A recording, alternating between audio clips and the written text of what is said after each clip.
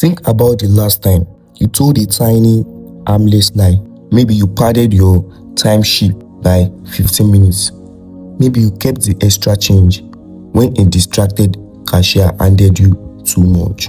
You walked away thinking, no, I'm done. Nobody saw it. The system is rigged anyway. But I want to give you a single, simple word to carry with you today. It is an easy word to remember. Echo. An echo does not invent a new sound. It simply waits, gathers momentum, and hauls your own voice straight back at your face. Most people think they can outsmart life by being clever. They cut corners in the dark and assume they got away with it. But reality does not forget. It owns your choices, and eventually it uses your exact same maths to undo your destiny. Before we dive into this story, let's test the integrity of the room. Double tap your screen right now and type the word echo in the comments. If you believe that what you put out into the world always finds its way back to you. Let's see who understands the law of the scale.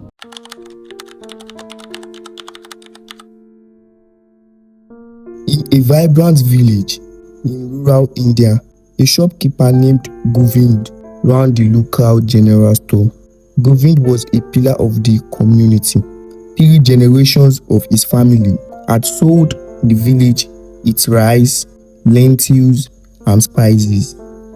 He wore a spotless white kurta every single day, and he greeted every mother and child with a warm, dimpled smile.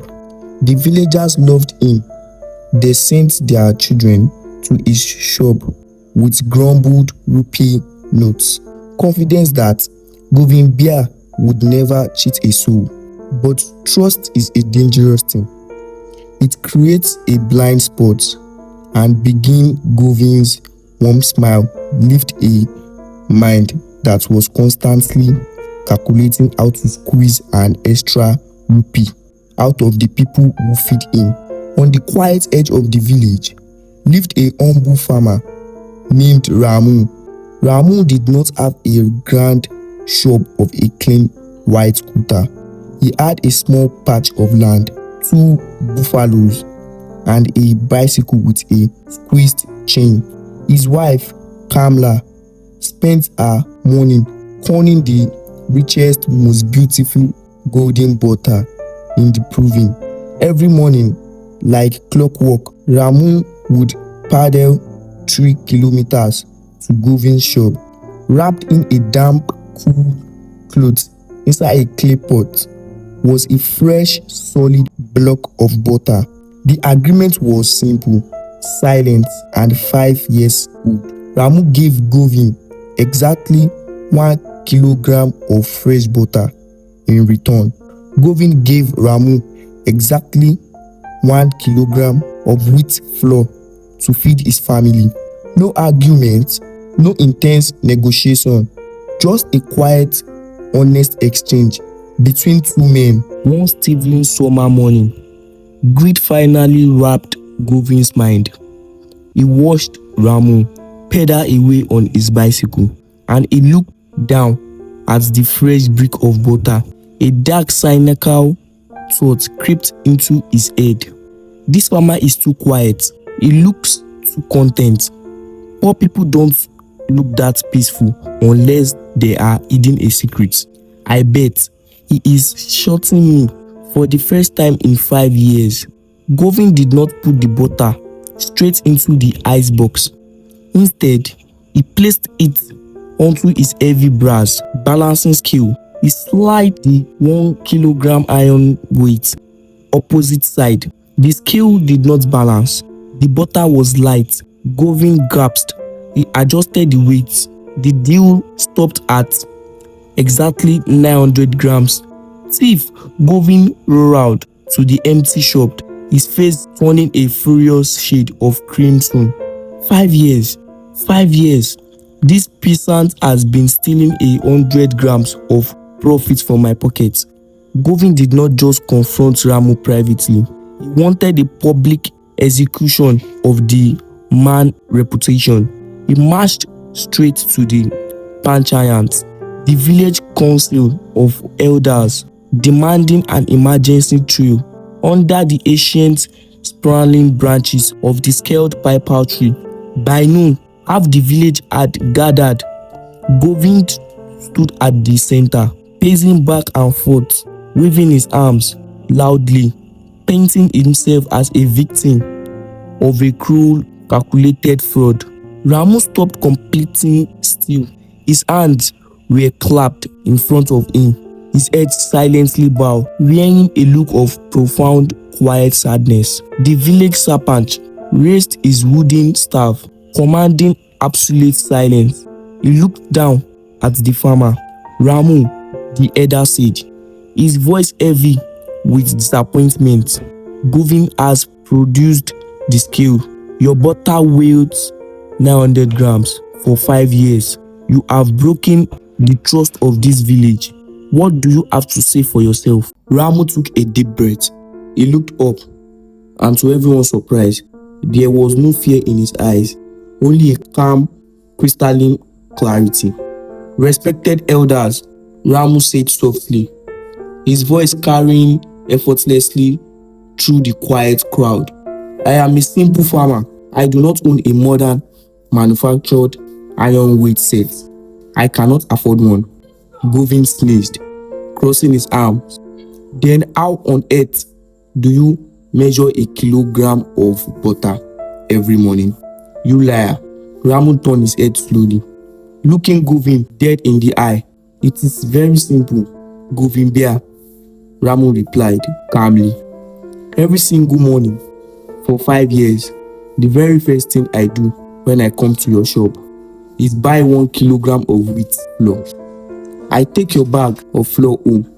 I place your flour on one side of my primitive wooden balance, and then I cut my wife's butter until it perfectly matched the weight of the flour you gave me.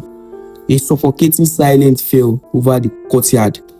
The serpent leaned forward, his eye widening as the math clicked in his head. Ramu, are you saying? Yes, Ramu said, a tragic smile touching his lips. If my butter weighs 900 grams today, it is only because the bag of flour Govind sold to me yesterday was short by 100 grams. I did not cheat him. I simply gave him back an exact echo of his own measure. The truth hit the village like a physical blow. The crowd erupted into whispers. Govind's clean white scooter suddenly felt like a straitjacket. His face drained of color, and his eyes dropped to the depths by his sandals. He had spent years subtle shaving of 100 grams from his loyal customers, thinking he was a genius. He never realized that the only man he was consistently starving was himself. The serpent stood up, his voice bubbling with righteous anger. Govind, you dug a pit of greed, hoping to trap a humble soul, but you forgot that the path you walk is a cycle. By cheating Ramu, you have spent 5 years slowly poisoning your own business. You have lost your own money. You have lost your shop license, but worst of all, you have lost your family honor. Within a month, the shame was too heavy to bear. Govind packed his bags and left the village under the cover of night. A broke man, ruined by his own calculations. This is not just a quaint story about a village shopkeeper. This is a mirror. Think about the skills you are balancing in your own life right now. When you give a half-hearted effort to your job, you think you are cheating your boss, but you are not. You are training yourself to be a mediocre person. You are handling out 900 grams effort, and tomorrow, life will return an echo of 900 grams of success. When you give toxic energy, manipulation, or dishonest to a relationship, do not be surprised when the world reflects that exact same coldness back into your home. The universe is a flawless accountant. It does not need to punish you. It simply automates your results based on your own integrity. If your life feels broken, drafty, or unfair right now, stop looking at the people around you. Look at the flaw you have been selling. Look at the measurements you have been using in the dark. You have the power to change the echo starting today. Change your measure. Give 100% honesty when no one is checking. Give unconditional kindness even when people are difficult. Pour your entire heart into your daily labor.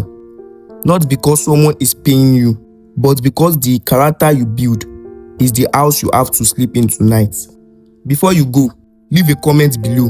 What is one area of your life where you need to upgrade your measure from 900 grams to a full honest kilogram? Let's talk about it down there. If this story made you pause and reflect, it's like, share it with someone who needs a wake-up call, and subscribe to keep building a sharper mind. Keep your skills clean, keep your standard high, and always remember, the world is just an echo of your own heart.